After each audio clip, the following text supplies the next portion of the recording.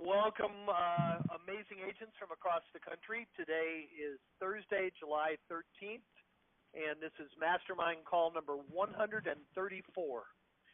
Thank you all for being here, for such great participation. Let me go around the horn here with my partners, see if anybody has anything to share. Tim, anything you want to share with the group? So, yeah, the only thing that I was going to say is that we have begun the process on the obituary program that we kicked off. The link is available to you in your area online. So if you go into the members area online and you can go through the portal, it should be your second or third link down on the left. If you want to be part of this program, go fill that out. I have reached out to everyone so far who had expressed an interest. We have ordered the obits to begin, and hopefully in a couple of weeks we'll have the first set of data for those folks, and they'll be coming back with some quick success stories on that, and we'll have a whole new line of things to go. And if you have any questions about it when you want to sign up, just let us know, and I'll reach out. I'm reaching out directly to every single person, so kind of taking this as a little pet project for me. And if you got any questions, certainly ask them. I've gotten some great questions from people that I've spoken with, and we're excited about this program. So if you'd happy to work with you there. If you're interested, let me know. If you have not responded back and filled out your form, you've gotten a call, please get back to me and let me know what you want to do there. We're ready to go with you and do that. If Brian Wexler also is on the call, please hop in the queue, Brian. We want to hear from you as well. If not, I'm going to read your kind words that you sent us yesterday, but if you're on, please hit *6 and 1 and get in the queue. We'd love to chat with you this morning. That's all I have.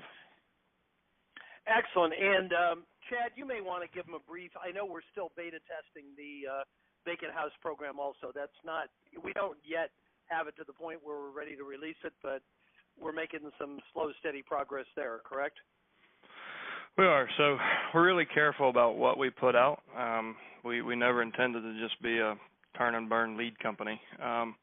So we have agents all over the country right now and data analysts looking at the vacant house data that's available to see if we can actually create a proven, repeatable system out of it. We're really not interested in just selling you guys lists of spreadsheets. So it's something that we've talked about on these calls before, and I know a lot of people are waiting for, but we're real careful to make sure we're presenting something valuable to you and your business before we present it to you. So there's a lot happening in the background. A lot of that's in my wheelhouse. We've got people doing a lot of different things, with vacant being one of those. And once we proof it out, like we did probate and have a proven system, then we will roll that out to you guys, hopefully this quarter, along with some other pretty exciting new lead sources that can pretty much guarantee your competition is not working. So there's a lot happening behind the curtain, and hopefully we can show you guys that later in the quarter. Excellent. Chad, you want to share the details on the next Probate Mastery course? Do you have a date yet or not? Yeah, Probate Mastery is this coming, so Monday, Tuesday, Wednesday, which I believe is the 17th, 18th, 19th. I'll send another email out today and tomorrow. You can also, from your subscriber portal, if you want to find out what Mastery is all about, there's about a 3-minute video and the course curriculum. But on the left, just click on under Education and Training, click Probate Mastery, and it'll kind of give you an idea of what the course offers and why. And I don't know, we've got half a dozen or so that have been signed up for a while, but there's plenty of room left in this month, so check it out, see if it's something you think might benefit you. And as always, just a reminder, if you're an alumni, you've taken that course before, you can come back and retake it every time. You're a student for life once you've taken the course, and a lot of people do. It keeps getting better, and the people that have taken it often have a new perspective, the second or third time they go through the course. So anybody who has taken it is welcome to come back. Just let Chad know. Tom, anything you want to share from – oh, go ahead, Chad. finish up. Sorry. Just for anybody who's not in a position to watch the video, so Probate Mastery is done on a webinar format as a live group training. So you can sit at your desk, you can do it from your phone, whatever. I realize that we all have appointments and things come up and fires happen. So everything we do is video recorded and archived, so you always have access to it. So if you take Mastery and you have to go to a listing appointment, it's there when you get back to your desk. You'll have a video recording, and you can always call me and work one-on-one if you have questions that you weren't able to ask in the live sessions. I'll also add one other thing, and that's that we've looked at it from a statistical standpoint, and we have pretty significant information that shows that people who take the time and learn the things that they need to learn by going through the Mastery course tend to do significantly better than the people that don't, because they're significantly more motivated to get this done well, and they have a better ability to answer the right questions and say the right things at the right times. So if you're serious about doing this, at least make that part of your intent to go through the Mastery program. It will stand you in good stead for everything that you do. And a question I sometimes get is, well, why is that not in Fast Track? And the reality is, if we give you 7 or 8 hours of content in Fast Track, 90% of people would never do it. So we tried to make Fast Track as basic as possible to get you ahead of anyone else in your market. But Probate Mastery is really the deep dive of making this last in your business. All right, well said. Thank you, Tom. I know you're on. Anything you want to share from your wheelhouse with the group? Just that reminder that if the customers need anything, they can contact us at support@alltheleads.com, and we track those items and get them to the right people to respond. You can also do that via your account area where it says contact us. But we're here to help you, and we look forward to hearing from you. Excellent. Well, we have 2 people in the queue. There is room for a bunch more. Just hit *6 and hit 1 if you would like to actively participate. And let's go to the first person in the queue is phone number ending in 4100. You're up first. Hey, hi, I'm Gail. I just got my leads like 3 o'clock on Tuesday, and that was awesome. Actually, I just want to share that one of the deceased people were in my complex, so that's pretty cool. Wow. So, I mean, I'm going to hand deliver. I did mail a special letter out to him. I have a couple of questions, because now I have questions to ask now that I'm doing that. Why do we only mail once a month and call? And when we call, do we only call once a month? I mean, what has been the experience of the big shots that are doing it? Because this is created as a universal system that we want everyone to be able to afford, we recommend a minimum of 3 letters and 3 phone calls. Now, anything above and beyond is going to increase your chances. So if we tell you to mail a letter every month, that's 12 letters for each list, and that gets expensive really quick. If it's in your budget to do that, then the more marketing touches you can make, the more sales the more conversions you'll have. It's just the reality of business. But at a minimum, what we find is, most people can afford to do 3 letters.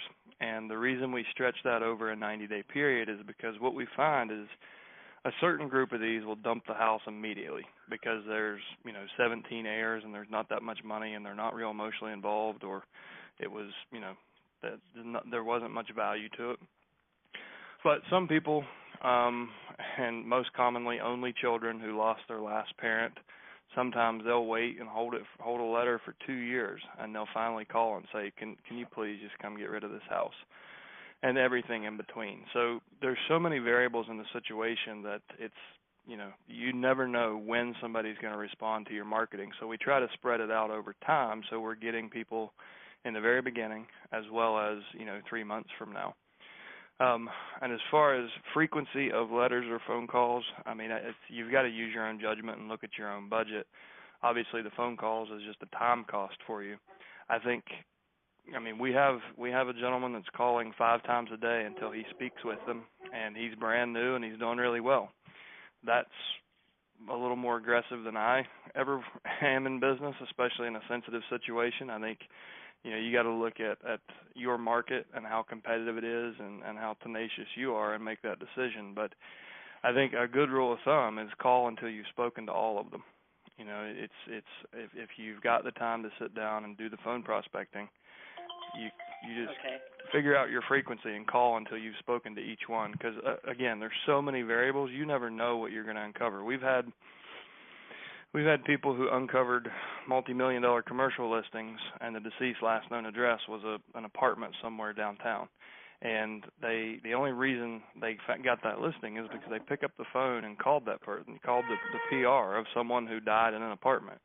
Well, on paper it might look like they didn't have anything, but they had a commercial real estate portfolio. So just speak with the people and kind of, focus on the people and the story first, and then bring in your real estate expertise.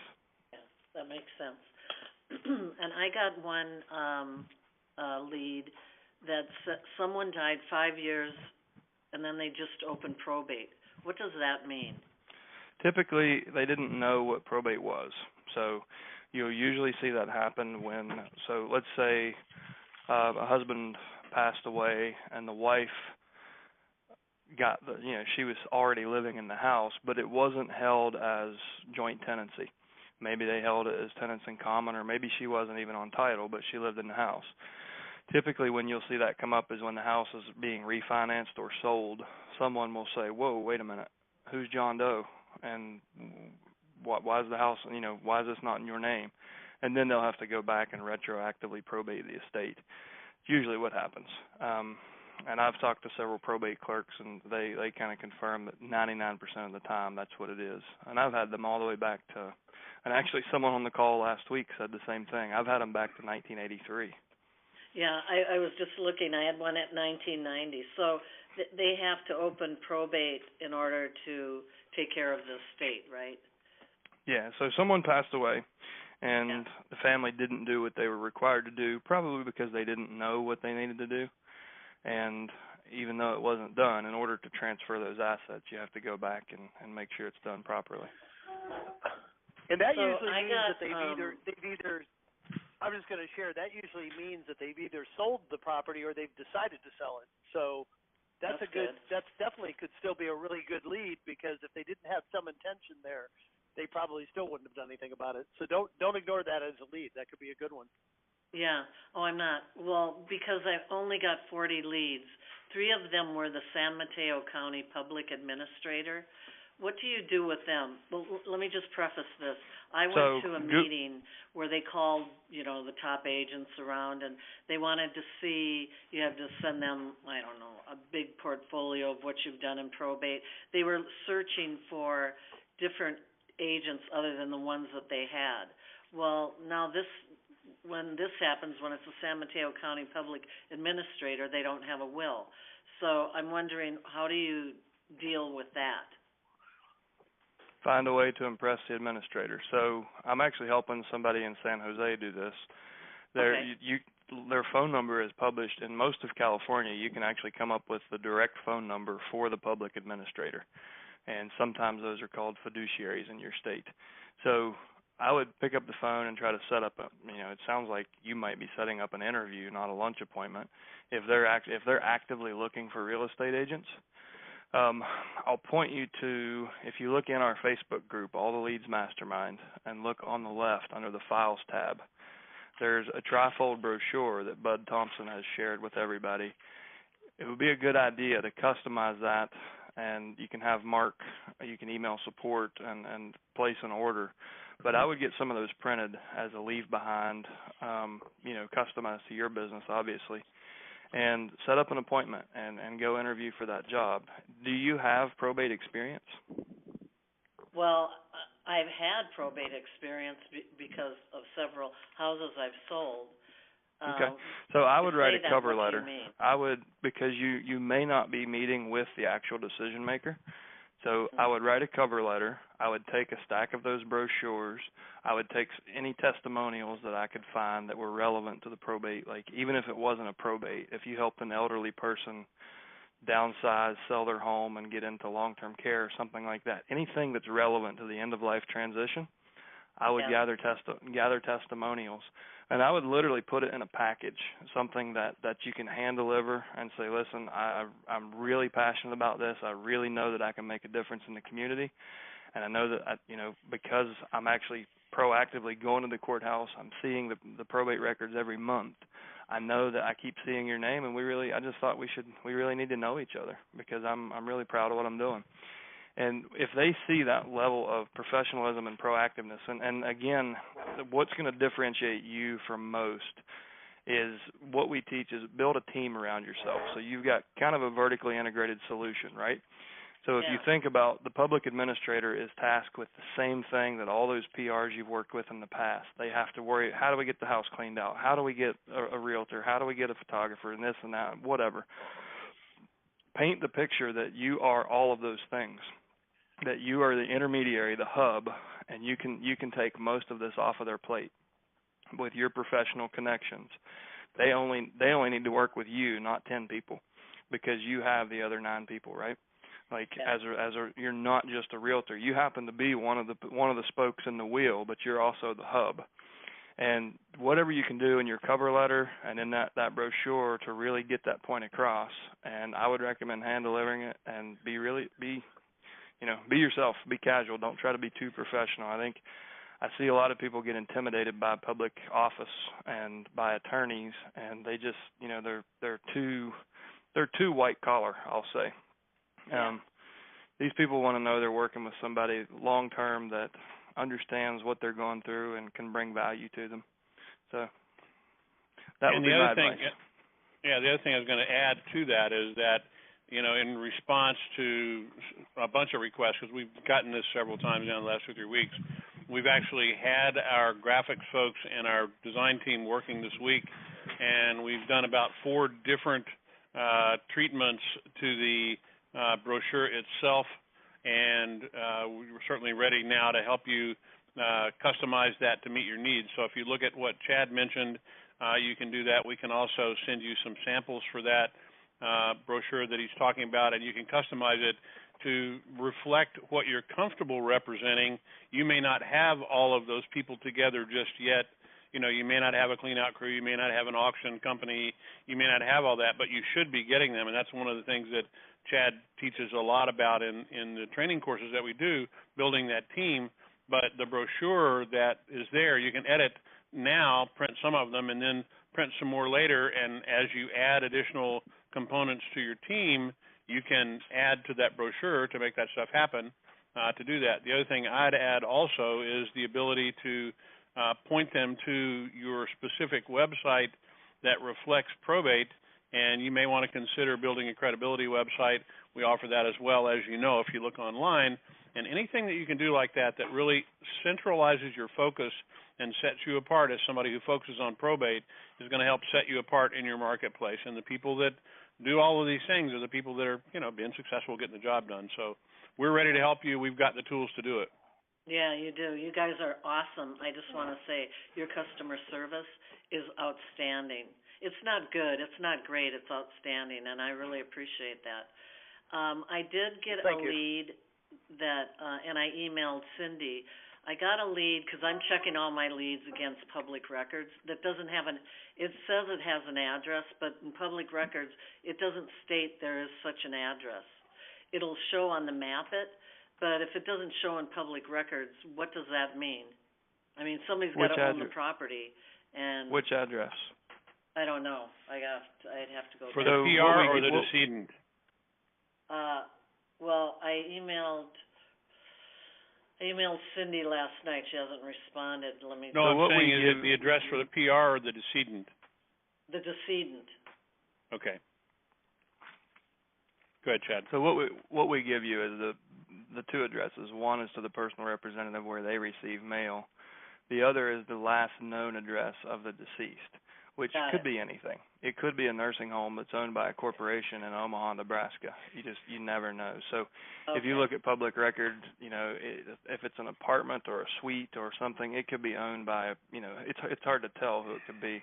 And that's to my earlier point in the conversation. The only way to really know is pick up the phone and focus on the situation, and then just start to, just ask good questions.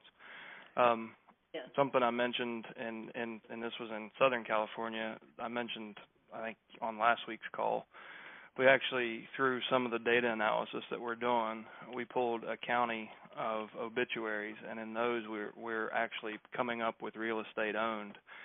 And what was really interesting is the 12 on that list from that county that had last known addresses were apartment addresses.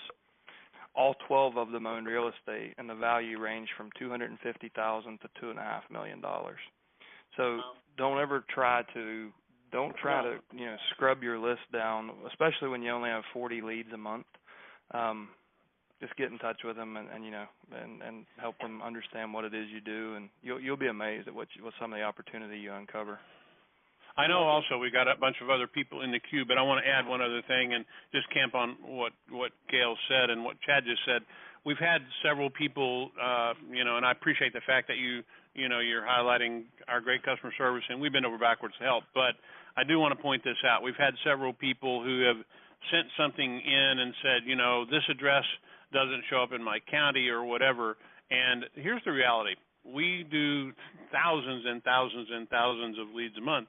And there are, hundreds of people that are behind all of these who are entering data, and there are people who are entering data at the courts. And so it is absolutely certain that at some point in the game, there are going to be mistakes made. It's humans that enter the data. What we do against this data, particularly for the personal representative, because that's where we focus our efforts, we scrub all of those addresses against a deliverables list for the post office. So when it gets back to you, by the time you get it, all the PR data has been scrubbed so you can contact the person that makes that decision.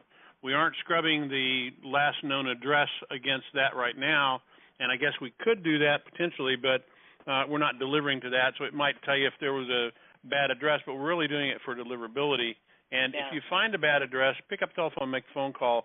Don't worry about trying to do it. You can kill yourself trying to pick the little nits here. Hit the high part, pick the low-hanging fruit, and get the job done. Don't worry about the ones that you can't find. Focus on the ones you can. Got it. Okay. Okay. Thanks. And I know we got more in the queue. I'm going to let Jim get to them. Thanks a lot, Gail. It was good to talk to you yesterday, by the way. Enjoyed it. Me too. Thank you. Yeah, thanks, Gail. Thank you Thanks for being for participating, and we really appreciate your kind words. Keep up the good work. All right, next up in the queue is phone number ending in 0883. You're up next. Hey, Jim Forsyth in Memphis. How are you today, man? Excellent, Jim. You're another frequent participant. Thank you for participating. What can we do? Well, for you? I'm still going to be. I'm headed your direction. I just hadn't made the pull the string yet, but two things or several things. The obituaries, I may be able to have covered here in Memphis. We have a program here where all the leads that I can get, I can check and see if they have real estate in the county, have a way. Mm-hmm. But the vacant home program, if there's anybody, I've been doing this for 43 years, and the question you probably get the most is, do you have a list of foreclosures? And, of course, there's nobody that's really got a good, true list of foreclosures other than what's in our multiple listing. But if you can come up with a program where we can find the ones that are coming on the vacant houses, that's going to be awesome in addition to the probates. Because I've got two right now. I'm trying to find out information about both of them. Well, we can do both. We'll be able to tell you. We can't tell you when it's going to become vacant, but we can tell you when it's entering into foreclosure. That's one of the pieces that without giving away too much here, we're going to have the biggest real estate database in existence, and there's a lot of things that we'll be able to do. So if you guys have ideas like that, I'll take this opportunity for everybody. If you say, man, if I could just get a list of, we can probably do it. I'm based on what we've been working on. If you guys think of lead systems that you could use that would be valuable in your business, we're obviously not going to think of everything. So if there's something specific that you haven't heard from us on, please fire off an email to support@alltheleads, and we can find a way to do it if there's enough interest in it. And that's kind of how obituary started. We had people requesting, you know, my gosh, can we get these earlier? How do we get the trust properties? And that's really where that conversation started. And it was a program born from this necessity. So Jim, if you have ideas like that, fire them off to us, and I'll work on it. Okay. Well, the vacant house situation, if you come up with a program where each of us has the ability to have a list of homes that are coming on board, and then we could take that list and push it on our websites and all the other things we have, you're going to have everybody wanting it. You know, not just me, but everybody that's already on board with the probates is going to want that lead source as well. We think so. So we just want to make sure we get it right, and we can learn as much as we can about the data, so we can offer. You know, we feel like we're kind of the authority in the probate space, and we can offer you sound guidance. So there's a lot we have to learn with a lead source that's never really been worked that deliberately. So that's what we're doing now, and that's why we have teams of people around the country doing that, and we're learning as much as we can, as quick as we can. Okay. Also, all right, the Jim, Probate Mastery. Well, I've got two more. Go ahead. If you got enough time. Okay. All right. Yeah. Go ahead. The Probate Mastery, is it $150? Is that what the cost is? It's $250. $250. Okay, I couldn't remember. Yeah. On your list of people that you need, I have contractors, clean out, auction company, of course, agent ourselves, our website, and estate sales. Is there another list that I'm forgetting? Investor. Oh, my bad. That's the biggest. You didn't yeah. Okay. Yep. Yeah, and then psychiatrist, but that's for you, Jim, not for your client. I need that. I needed that a long time.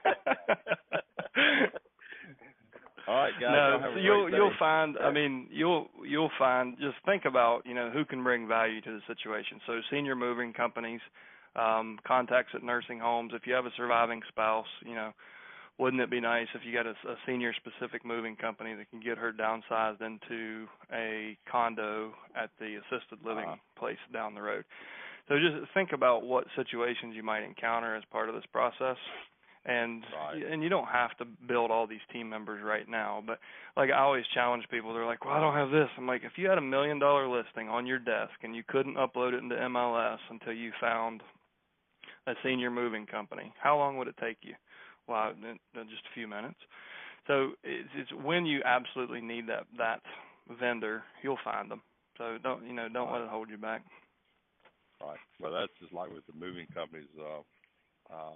One of the locals here, I've known since they started their business 25 years ago, and I hadn't even thought about the moving companies, but they're perfect to add to my list. Property managers is another. You probably have 10 or 12 of those in mind now. So right now, I'm working for one. Yeah. So you know, some families aren't going to sell at all. I got one particular one in mind now. Yeah. Yeah. All right, my friend. Thank you, buddy. You said you had another question. You good? No, that's all it. Right, buddy, and I'm good. Thanks. All right, man. Thank you. Next up is phone number ending in 5466. You're up next.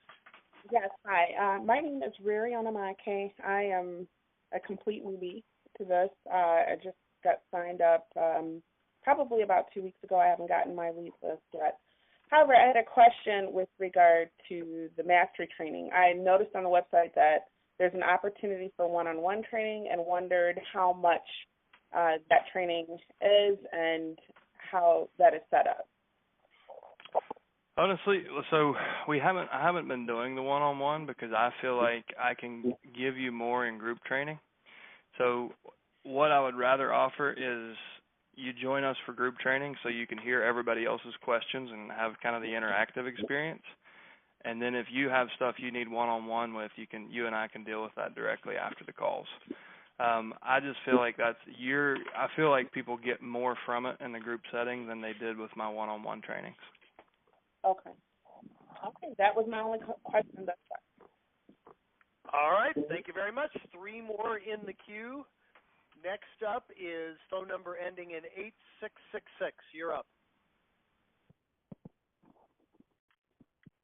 Hello? Hello. Can you hear me? That's you. Yes, sir. Yes. So my question was that what would you suggest would be a good conversion number? I know it's probably very difficult to know or to say, but if you have like, I guess, 100 leads, how many would you suggest that, a person should be able to convert out of that 100 if they're really actively working it? Are you a subscriber? I'm not a subscriber yet. That's the reason I was asking, because I'm looking at subscribing, so I'm trying to kind of understand. So jump to alltheleads.com, and on the top menu, click on blog. Okay. And scroll. You might have to scroll down a bit. There's a blog post on calculating your probate ROI. And actually, I made a simple calculator out of an Excel spreadsheet. So, and it's by default, it's set at kind of the national averages. So the median sale price is $228.4, I think. The conversion rate's 2%, the commission's 3%, and the lead counts are kind of average. So if you've spoken to Jim and you know your lead count and your cost, plug that in, and then play with that. But most folks are going to see, as with almost any lead type, 2% conversion is pretty typical. Now, we have people that have done far better than that. We have people getting 45 leads, knocking down 6 and 8 listings a month. So wow. You can obviously do better. I mean, I average 6% pretty consistently, really consistently. But even in really competitive markets, you can, if you play with that calculator, drop it down to 1%. And put in your median price. What's interesting is even at 1%, most people are still making almost 1,000% ROI. Oh yeah, there's no question. It's just more of me to know. So just once because I plan on registering this month, is what kind of return would I be expect? Not return, but what kind of number of deals is more of my question. So I completely understand. That's in there too. So the calculator will show you the expected number of closings as well as your marketing cost and your ROI. So it's all got you. And the only other question I had was in terms of I know mailing is one of them, and then making phone calls. I guess what's more successful, I'm guessing, would be the phone calls if you're able to get the person representative on the phone and they're absolutely they're interested. I guess, is that right? Or would you say that the letters have worked really well for you as well? If you compare, not that you should do one or the other, but just I'm going to tell you, for me, it was all over the board. So I took a ton of listings off letters, and I took a ton of listings off of phone calls and voicemails. I was never able to pattern it and say one was better than the other. It was inconsistent from month to month, from list to list. Some people respond to the phone, some respond to the letters.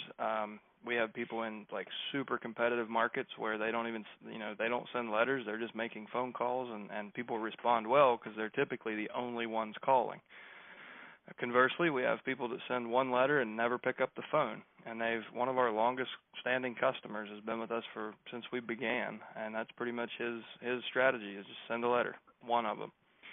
So that's why we recommend, it's kind of the best practice for everybody is do a combination of the two, and then you'll get as many opportunities as you can possible. And last question, how do you know if your area is competitive or not? I guess that's the only other question that I would have is like, I guess it's just you start trying and seeing if people are saying, oh, I just got contacted by somebody about this. Is that the only way I would know, really? Because I wonder really how many people are really calling in my area to probate. I know a really good way to find out. Oh, what's that? Get started. Yeah, well, that's what I already just said. So, it was an idea you just copied from me. Yeah.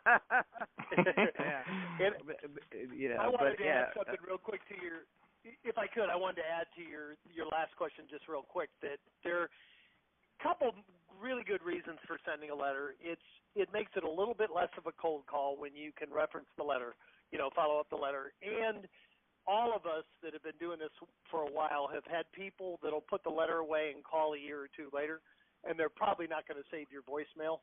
So it's not a bad idea to get something, even if you're great on the phone and you're a real aggressive phone prospector, I would still get a letter in front of them. They're more likely to save that and the people that aren't going to make a decision for a while. And the 1-2 combination works the best. I really wouldn't, do either exclusively, although we do have agents that do. We have agents that just pick up the phone, don't mail, that do well, and we have the guy that Chad was referencing that's never picked up the phone and does well.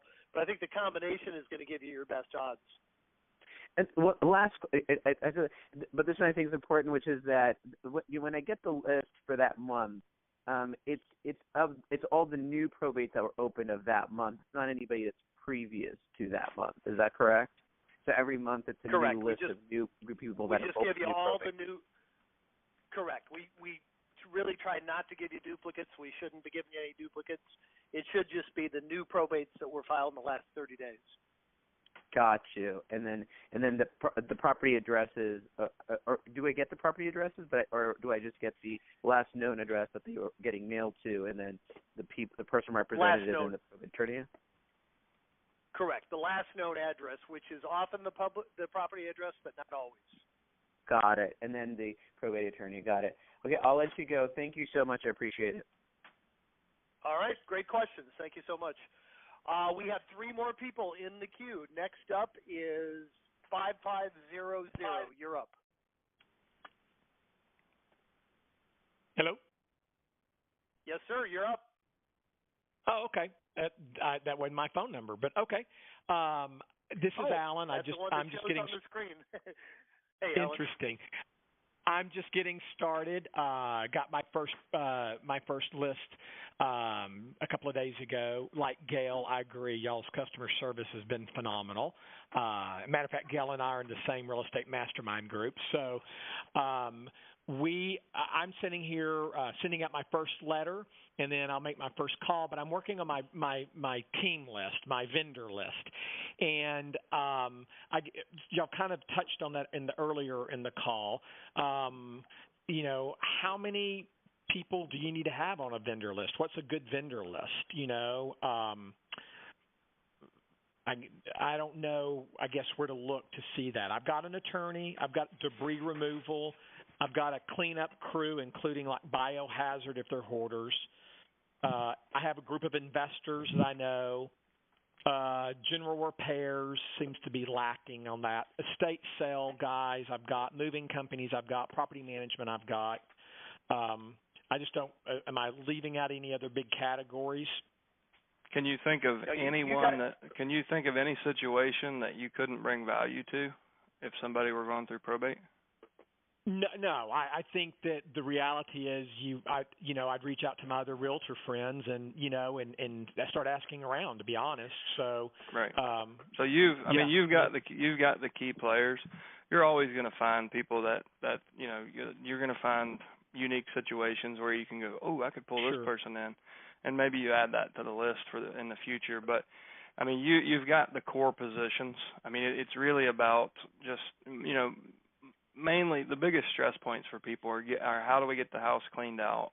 How do we how do we do repairs? I mean, you've got to make sure if you're doing this on your own, clean out crews on Craigslist are questionable. Some of the guys might be stand-up citizens and some might be shysters. And the value you're bringing is you've vetted these people. They're people you've worked with, and you can kind of, as I said earlier, you can be the hub and kind of coordinate it all, and they can get everything in one place. So just constantly as you're working, be thinking, okay, what situations can I not currently cover, and who do I need to fill that seat on the bus? But it sounds like you're pretty well. Well, one of them I heard on, I don't remember if it was last week, I can't remember which call it was, and regarding sometimes, you have the families that need a cash advance. I've never dealt with the cash advance company, so you're talking about reputable companies. How would you find a reputable? If you know a group of investors, set it up privately and locally, so they're not paying a 30% interest rate. I mean, there are companies out there that'll give you, for a 25% fee, they'll give you a cash advance on the state. That's robbery. I'll bet you if you go to your investor group and say, hey guys, I need $50,000 for a 90-day term, and I'll pay 1 point and 10% interest, someone's going to jump on it. They would do and that. You can, and assuming if the house is free and clear, then they can throw a first deed of trust on it, record the note in the first deed of trust, and they've got a secured investment. They've got to But secure. I understand that. That makes sense. So, I mean, that's a really good example of, a on-the-spot decision of, oh, crap, I can do this using this person, and then that's something you can offer. I mean, you can go as far as to once the home has closed, you can turn your clients, like the personal representative, once they get their distribution check, why not teach them how to become a mortgage lender and write mortgages, write commercial mortgages to your investors who flip houses? I earn 15% on my money. My money doubles every 3.8 years because I write mortgages at 15% to people who flip houses. So you can go as far as to teach that to your past clients, and you have an attorney that probably, the attorney that's doing most of the investor deals in your county, they can do all the paperwork. All you have to do is connect the dots.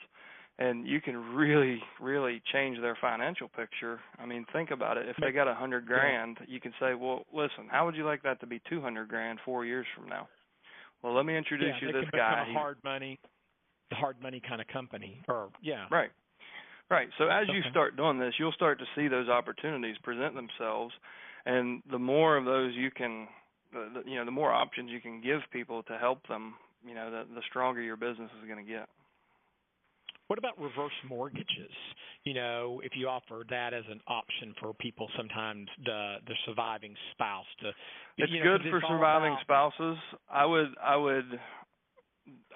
vet your lender. That's it's. I would say a quarter of that industry is good, and 3/4 of it is questionable. Yep.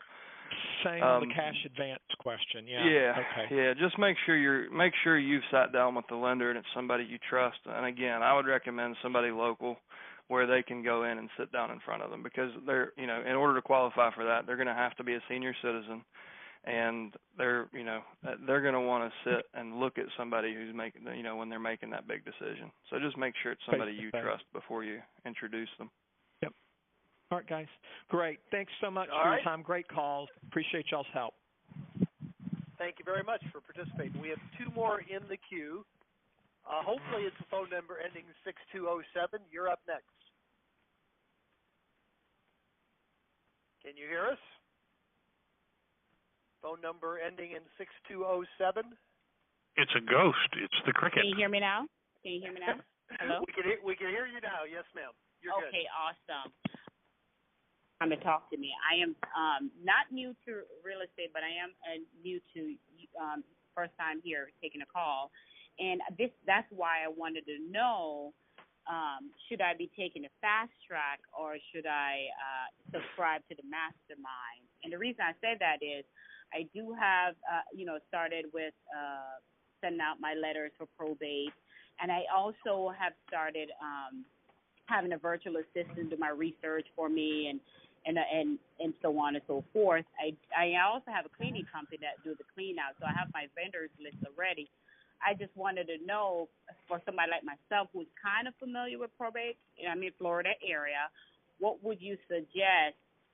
Because sometimes when you do fast track, you're also missing some great opportunities too, that you think by going the other way. So what would you suggest for somebody like myself?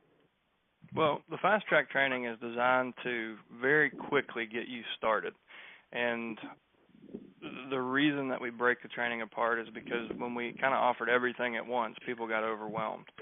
So I'll put it to you, like, how long do you plan on being in the probate business? Oh, that's my niche. That's definitely my niche. I did wholesale. Then that's the probate mastery. Probate mastery is 6 to 7 hours of very fast-paced, very detailed content that I don't think you'll get anything of that level anywhere else. So if you want to build this as a system and have it as a lasting niche in your business, that's what it's for. So the first session we cover kind of what are the logistics of probate and why is that a business opportunity and an opportunity for us to create value in the community. The second session, we focus on what is your specific strategy, like what exactly are you going to do step by step to unfold this plan over time. And then the third session it focuses just on the initial conversation and the listing appointment and what objections you're going to hear, how you keep the conversation flowing. So it's more the sales side of it.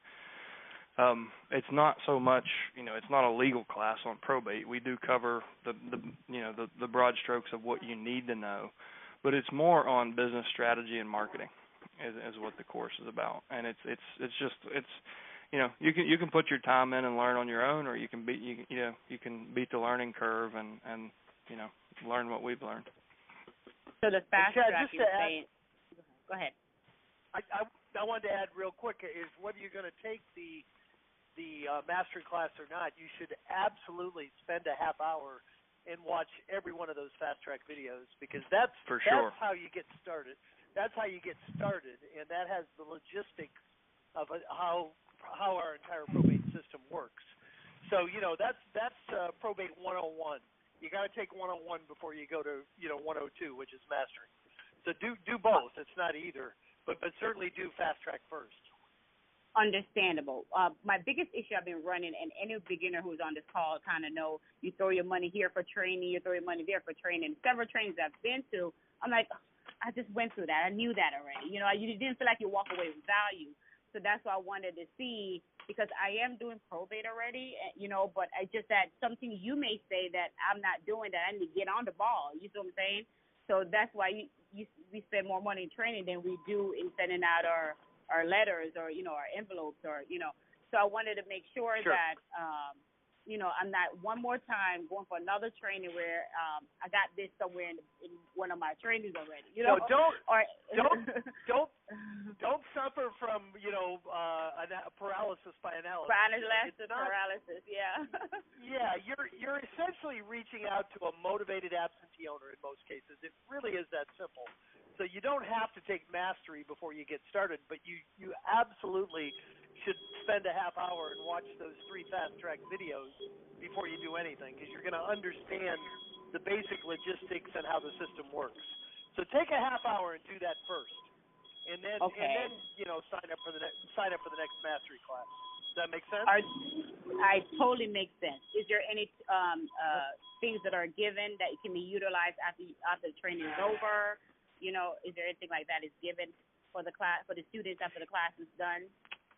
So with mastery, we give you either or. Referencing that. Okay, go ahead, Chet.